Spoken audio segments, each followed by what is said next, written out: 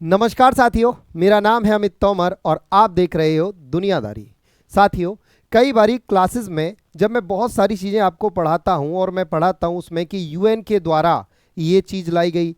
Mostly जब मैं environment वाला चैप्टर पढ़ाता हूं तो मैं वहां आपको बताता हूं कि यूएन ने इसमें ऐसे हस्तक्षेप किया, पर्यावरण को बचाने के लिए यूएन ने ये कदम उठाए। एक अलग से एमएबी मैब के द्वारा, मैब एक संस्था बनाई यूएन के द्वारा, यूएन यूनेस्को के द्वारा एक संस्था बनाई गई, यूनेस्को के द्वारा मैन एंड बायोस्फीयर रिजर्व बनाया गया। तो कई बारी बच्चे पूछते हैं सर ये यूएन क्या है, कैसे काम करता है। तो मैंने सोचा चलो, जब बहुत सारे बच्चों की ये डाउट आए कि यूएन क्या है, तो मैंने सोचा चलो क्यों ना इस यूएन पर एक वीडियो बनाई जाए। तो मैं आपके लिए वो वीडियो लेके हाजिर हुआ हूं और साथ ही साथ इस वीडियो में मैं आपको बताऊंगा यूएन क्या है, कब इसकी स्थापना हुई, इसका वर्तमान में अध्यक्ष कौन है, कितने सदस्य देश हैं इसके, और इसका जो सबसे बड़ा ब्रह्मास्त्र है वीटो पावर, वो क्या होता है। कई बार आप सुनते हो गांव में बेसिकली कि भारत के पास वीटो पावर नहीं है, भारत चाहता है कि उसे वीटो मिल जाए। तो आखिर ये वीटो मिलता कैसे है, क्या कोई ब्रह्मास्त्र है, कोई अस्त्र है या फिर कोई मिसाइल है। तो इसके बारे में हम पूरी तरह से जानेंगे कि क्या होता है वीटो पावर और किस तरह से ये काम करता है। तो चलिए शुरू करते हैं एक एक करके सारी चीज़ों को जानना, और वीडियो में अंत तक बने रहिए। और अगर चैनल पे आप नए हो तो सब्सक्राइब करिए, और अगर वीडियो पसंद आए तो अपने सभी साथियों के साथ इसे शेयर जरूर करिए। चलिए तो शुरुआत करते हैं। साथियों, शुरुआत होती है इस यूएन की, शुरुआत की अगर मैं बात करूं तो थोड़ा सा हम हिस्ट्री पे जाएंगे। अगर मैं हिस्ट्री पे जाऊं तो यहां देखिए, सबसे पहले अगर मैं बात करूं तो प्रथम विश्व युद्ध लगभग अगर बात करें 1914 और 1918, 1914 से शुरू हुआ और 1918 तक चला। वहीं द्वितीय विश्व युद्ध 1939 से 1945 तक चला। अब आप कहोगे सर विश्व युद्ध से यूएन का क्या लेना देना? लेना देना है। जब द्वितीय विश्व युद्ध समाप्त हुआ तो जो जीतने वाले देश थे, कौन कौन थे उसमें द्वितीय विश्व युद्ध में जीतने वाले देश? द्वितीय विश्व युद्ध में जीतने वाले जो देश थे उसमें यूनाइटेड स्टेट, जिसे आप अमेरिका कहते हो, ग्रेट ब्रिटेन यानी इंग्लैंड, और फ्रांस, और यूएसएसआर उस समय का रशिया, जो आज रशिया है ना, सॉरी उस समय का यूएसएसआर जो आज रशिया है, जिसे आप आज रशिया के नाम से जानते हो। बाद में फिर ये 1991 यूएसएसआर 15 देशों में टूटा, वो एक अलग बात है, उस पर कभी एक और वीडियो लेके आएंगे। लेकिन फिलहाल आप ये देखो, यूएसएसआर जो नहीं आज जिसे आप रूस के नाम से जानते हो, वो ये देश था। ये पांचों देश जीत कर आए। हारने वाले बेसिकली अगर देशों में बात करें तो हारने वाले देशों में ये 4 देश थे, जिसमें जीतने वाले में ये 4 थे। हारने वाले में अगर मैं बात करूं तो हारने वाले देशों में ये 4 देश हारने वाले देशों में थे। कौन कौन से थे? जर्मनी, इटली, जापान और हंगरी, ये 4 देश हारने वाले देशों में आए। जब युद्ध समाप्त हुआ, द्वितीय विश्व युद्ध 1945 में, तो जो जीतने वाले देश थे इन्होंने सोचा, यानी पूरी दुनिया ने ही सोचा कि यार एक चीज देखो, पहले विश्व युद्ध के बाद दूसरा विश्व युद्ध लगभग 20 साल बाद ही हो गया, यानी ये वो 1918 में खत्म हुआ और अगला जो 1949 में फिर शुरू हुआ।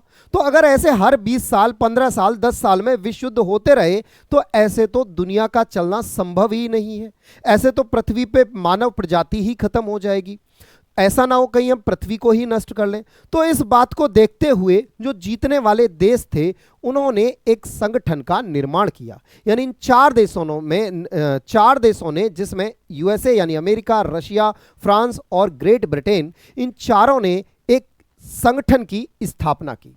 उस संगठन का नाम था यूएन यानी यूनाइटेड नेशन। यह इसका हेड ऑफिस है जो कि अमेरिका के शहर न्यूयॉर्क में स्थित है। ठीक है, अब ये यूएन का काम क्या है, कैसे काम करता है, कौन कौन इसके सदस्य देश हैं, मतलब समझिए, यानी ये 4 देश मिले और 4 देशों ने एक यूनियन बनाया, 4 संगठित हो गए। अब किस लिए संगठित हुए? कि भाई देखो, हमें ना पूरी दुनिया को चलाना है। बोले कैसे चलाना है? बोले हम चारों ही के चारों एक साथ मिलते हैं, यानी चारों महाशक्तियां एक जगह एक टेबल पे बैठ के एक संस्था बनाए। बोले अब जो पूरी दुनिया में ज्यादा कोई 3-5 करेगा ना, उसी को पकड़ के कूट दिया जाएगा। यानी पूरी दुनिया में शांति कायम रखनी है, पूरी दुनिया की हेल्थ का ध्यान रखेंगे, पूरी दुनिया को जो लोग भूख से मर रहे हैं उन तक खाना पहुंचाएंगे। कुल मिला के अब ये सुधर गए, बैड बॉय से गुड बॉय हो गए और अब अच्छे अच्छे काम करेंगे। ठीक है, चलिए साहब आगे की बात करें तो जब ये वही द्वितीय विश्व युद्ध है जिसमें जापान पर, हिरोशिमा और नागासाकी पर अमेरिका ने परमाणु बम गिरा दिए थे। तो ऐसे में अमेरिका ने जब बम तो गिरा दिए, लेकिन बोले कि देखो यार, हमने जापान पे बम गिरा दिए ठीक है, लेकिन अब हम वादा करते हैं कि जापान पे अगर कोई भी बम फोड़ेगा तो वो हमारे ऊपर बम फोड़ना माना जाएगा और हम उसे कूट देंगे, निपटा देंगे। ऐसा अमेरिका ने शपथ ली। इसलिए तब से और अब तक जापान जो है अपनी फोर्सेस नहीं बनाता है, उसके जापान के पास सेना नहीं है। चलिए अब आगे बढ़ते हैं। तो अगर मैं बात करूं वर्तमान में संयुक्त राष्ट्र, जिसे आप यूएन या यूनाइटेड नेशन कहते हो, ये मुख्यालय कहां है इसका? न्यूयॉर्क में है, संयुक्त राज्य अमेरिका में है। इसमें वर्तमान में कितने देश हैं? 193 देश हैं। इसकी जो आधिकारिक भाषा है वो है कौन सी? 6 इसकी आधिकारिक भाषाएं, अरबी, चीनी, अंग्रेजी, फ्रांसीसी, रूसी और स्पेनिश, 6 आधिकारिक भाषाएं। इसके महासचिव, ये जो आपको व्यक्ति दिख रहे हैं, ये इसके महासचिव हैं, जिनका नाम है एंटोनियो गुटेरस, ये इसके महासचिव हैं। अगर मैं इसकी बात करूं तो बहुत ध्यान से समझना अब यूएन के बारे में। देखो यूएन की जो स्थापना हुई वो 25 अक्टूबर 1945 को इसकी स्थापना हुई। 25 अक्टूबर 1945 को यूएन की स्थापना हुई और इसमें जब इसकी स्थापना हुई थी तब 50 देशों ने इस पर हस्ताक्षर किए थे। 50 देशों ने इस पर हस्ताक्षर किए कि हाँ हम यूएन में शामिल होना चाहते हैं, यूनाइटेड नेशन के सदस्य बनना चाहते हैं। उसके बाद धीरे धीरे इनमें इन देशों की संख्या बढ़ती गई और देशों की संख्या वर्तमान में 193 देश हो गए। यानी अगर अब आपसे पूछे कि यूएन में कितने देश हैं तो भाई 193 देश वर्तमान में यूएन में हैं। अगर मैं बात करूं तो इसमें जो सबसे शुरुआत में जो देश थे वो संयुक्त राज्य अमेरिका, फ्रांस, रूस और यूनाइटेड किंगडम। ये द्वितीय विश्व युद्ध में बहुत राष्ट्र थे, मतलब जीते हुए राष्ट्र थे, जीते हुए देश थे। उसके बाद बात करें तो वर्तमान में संयुक्त राष्ट्र में 193 देश हैं। विश्व के लगभग सारे अंतर्राष्ट्रीय मान्यता प्राप्त राष्ट्र शामिल हैं इसमें। इस संस्था की संरचना में महासभा, सुरक्षित परिषद, आर्थिक और सामाजिक परिषद, सचिवालय, अंतर्राष्ट्रीय न्यायालय और संयुक्त राष्ट्र न्याय परिषद शामिल है। मतलब यूएन ने फिर क्या किया भाई, पूरी दुनिया को एक अकेला यूएन नहीं चला सकता, उसने अपने बहुत सारे पार्ट बना दिए, मतलब सब ब्रांच बना दी। जैसे यूएन एक ब्रांच हुआ, जैसे मान के चलिए यूएन ये एक ब्रांच हुआ यूएन। इस यूएन ने अपनी बहुत सारी अलग अलग ब्रांच बना दी कि भाई सुनो तुम ना व्यापार देखोगे, एक को बोले एक तुम ना हेल्थ देखोगे, उसे बोले WTO WHO world health organization, तुम जो हेल्थ देखोगे, तुम व्यापार देखोगे, वर्ल्ड ट्रेड ऑर्गेनाइजेशन बना दिया, तुम जो है पर्यावरण देखोगे, UNDP बना दिया, UNEP बना दिया, तुम जो है विश्व धरोहर देखोगे, यूनेस्को बना दिया। तो इस तरह से इसने अलग अलग ब्रांचेस बना दी। ठीक है, उसके बाद जब ब्रांचेस बना के काम करने लगे, उसके बाद पांचवा देश, अब एक जरूरत थी कि भाई एशिया से, क्योंकि कोई भी देश यहां एशिया से भी नहीं था और अफ्रीका से भी नहीं था। देखिए 4 देश थे, कौन कौन से? इंग्लैंड हो गया जो कि यूरोप में है, रूस हो गया जो कि यूरोप में है और आधा जो है इधर आपका एशिया में है।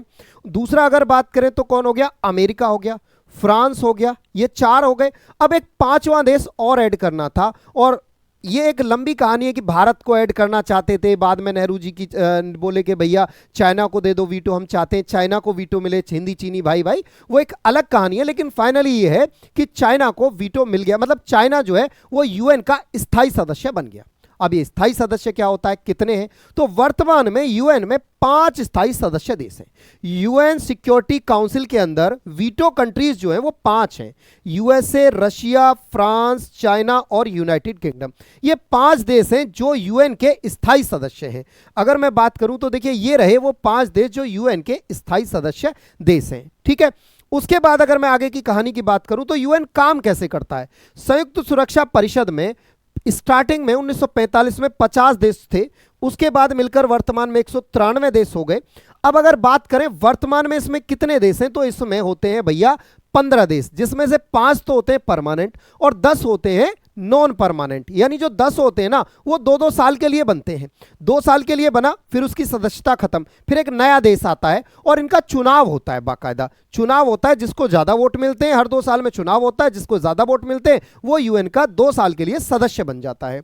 इनमें अगर बात करें तो परमानेंट कौन से? अमेरिका, ब्रिटेन, रूस, फ्रांस और चीन, ये परमानेंट है। बाकी ये जो 10 है इधर, ये जो है नॉन परमानेंट है। अच्छा, इसकी बात करें तो ये इसमें बनते कैसे, मैंने बता दिया, चुनावी प्रक्रिया होती है, चुनाव लड़ा जाता है, चुनाव होता है, जो जीता वो इसमें शामिल होता है।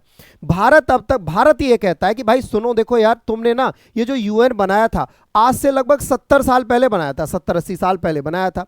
अब भाई जब 70-80 साल पहले तुमने 5 देश इकट्ठे कर लिए इसमें, तो यार अब 70 साल बाद अब तो जरूरत है कि तुम इसका विस्तार करो, मतलब इन 5 देशों से ज्यादा बाहर निकल के आओ, 5 नहीं, अब और ज्यादा देश इसमें ऐड करो। भारत ये कहता है, भारत कहता है कि भाई मुझे तो करो ही करो, लेकिन मेरे साथ साथ अफ्रीका से भी एक देश को करो।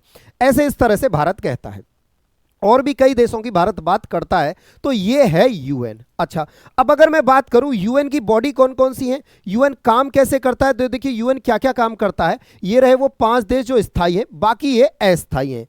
ये यूएनएससी पर अंतर्राष्ट्रीय स्तर पर शांति और सुरक्षा सुनिश्चित करने की जिम्मेदारी होती है, यानी अंतर्राष्ट्रीय शांति और सुरक्षा को सुनिश्चित करने की जिम्मेदारी होती है। यूनाइटेड नेशन सिक्योरिटी काउंसिल, ये यूएन की एक ब्रांच है, यूएन की एक क्या है, शाखा है, जो पूरी दुनिया में क्या करती है, पूरी दुनिया में शांति और सुरक्षा को सुनिश्चित करती है। इसके लिए यूएनएससी प्रतिबंध लगाने और बल उपयोग करने का सहारा ले सकती है। मतलब क्या कर सकती है, अगर कोई देश ज्यादा 3-5 कर रहा है तो यूएनएससी जो है उस पर प्रतिबंध लगा सकती है, उसके बाद भी वो नहीं मानता तो उसे पकड़ के कूट सकती है, मतलब बल प्रयोग कर सकती है, उस पर हमला कर सकती है। अच्छा सर एक बात बताओ, ये है क्या, चक्कर क्या है? मैंने कहा तसल्ली रखो, एक एक करके सारी बात बताएंगे।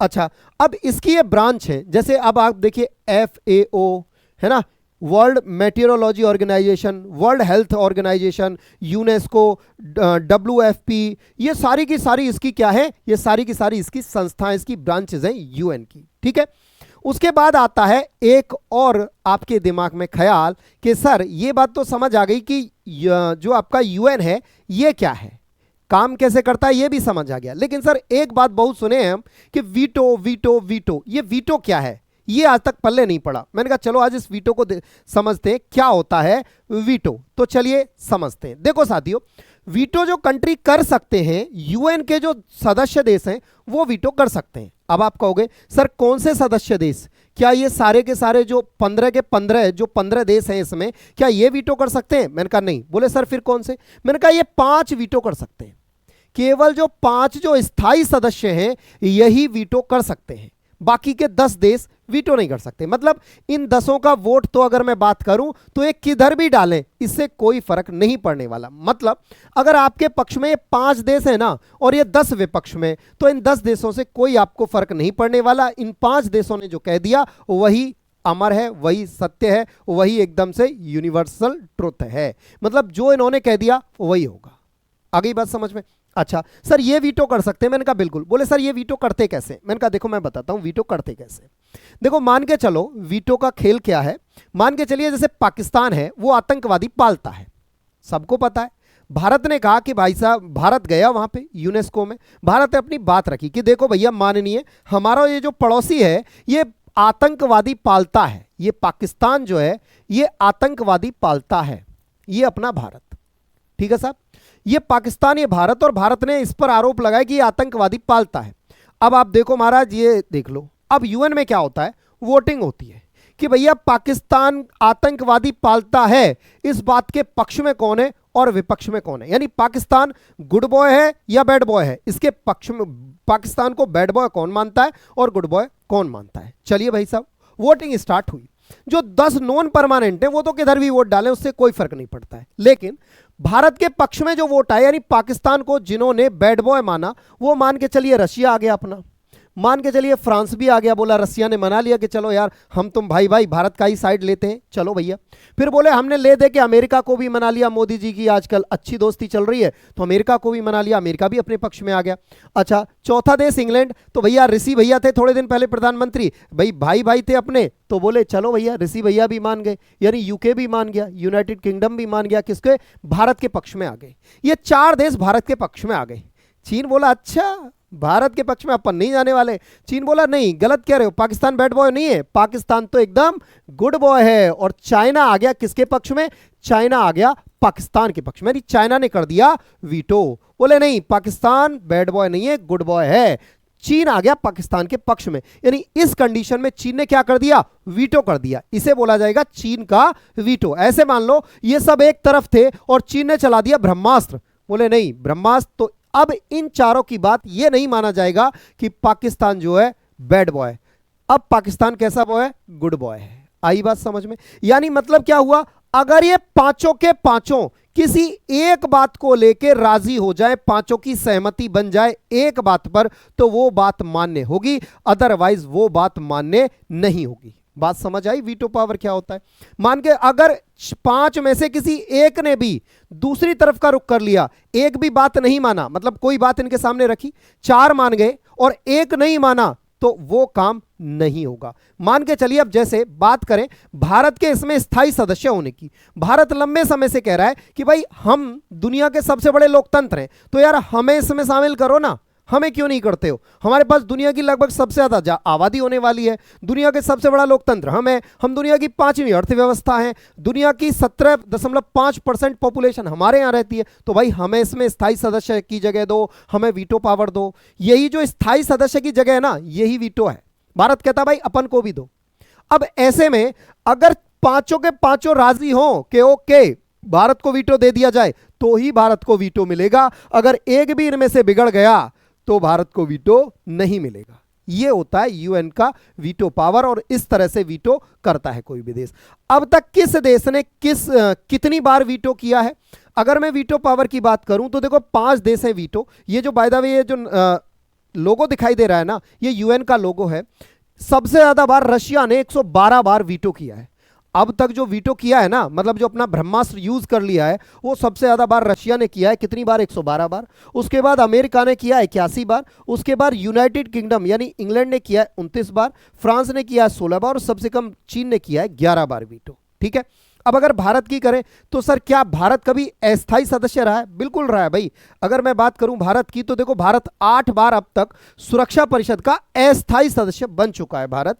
इसमें अगर बात करें तो भारत सबसे पहले 50-51 में, फिर 67-68 में, 72-73, 77-78, 84-85, 91-92, 2011-12 और 21-22। 21-22 में तो टोटल जो वोट पड़े थे वो शायद 192 थे, जिनमें से भारत को 184 वोट मिले थे, और भारत इसका अस्थायी सदस्य बना था।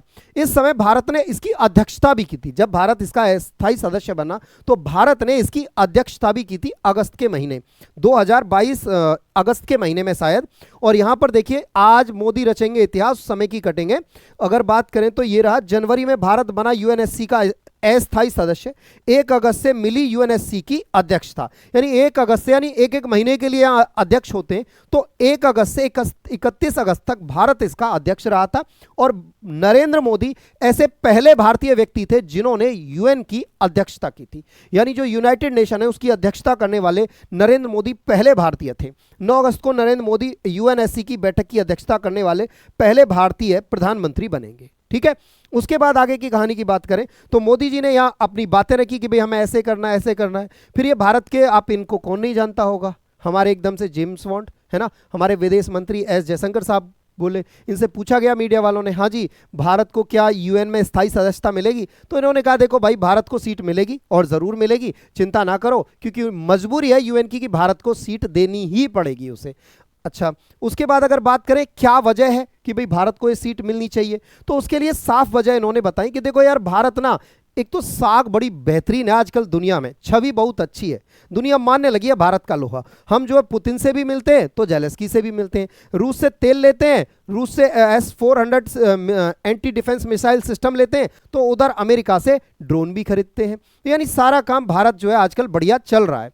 उसके बाद बात करें, हम दुनिया की आबादी का लगभग 17.5% हम आबादी रखते हैं, हम दुनिया की 5वीं बड़ी अर्थव्यवस्था है, उसके बाद सबसे बड़ा लोकतंत्र हम ही हैं। तो इन सारे पॉइंटों के आधार पर संयुक्त राष्ट्र में भारत का योगदान बहुत ज़्यादा रहता है। तो ऐसे में इन सारे की सारी चीज़ों के आधार पर देखते हुए हमें यूएन की सदस्यता मिलनी चाहिए। तो मैं उम्मीद करता हूं आपको जो मैंने बताया, वीटो पावर क्या है, यूएन क्या है, ये सब आपको समझ आया होगा। और आप इस विषय में क्या सोचते हैं कि भारत को सदस्यता मिलनी चाहिए यूएन की या नहीं, भारत को वीटो पावर मिलना चाहिए या नहीं, कमेंट बॉक्स में ज़रूर कमेंट करके बताइए। ऐसा ही अगर आपको लगता है कि कोई टॉपिक आपको समझ नहीं आ रहा है, किसी टॉपिक के बारे में आपको जानकारी नहीं है, तो आप मुझे इस वीडियो के कमेंट बॉक्स में कमेंट कर देना कि सर ये वाला टॉपिक पे वीडियो लाइए, मैं उसी टॉपिक पे आपके लिए वीडियो लेकर आऊँगा। ठीक है, चलिए तो मिलते हैं अगली वीडियो में, तब तक के लिए नमस्कार, जय हिंद, जय भारत। और हाँ, चैनल को अगर वीडियो पसंद आया हो तो चैनल को सब्सक्राइब करना, वीडियो को लाइक करना बिल्कुल भी ना भूलें। नमस्कार साथियों।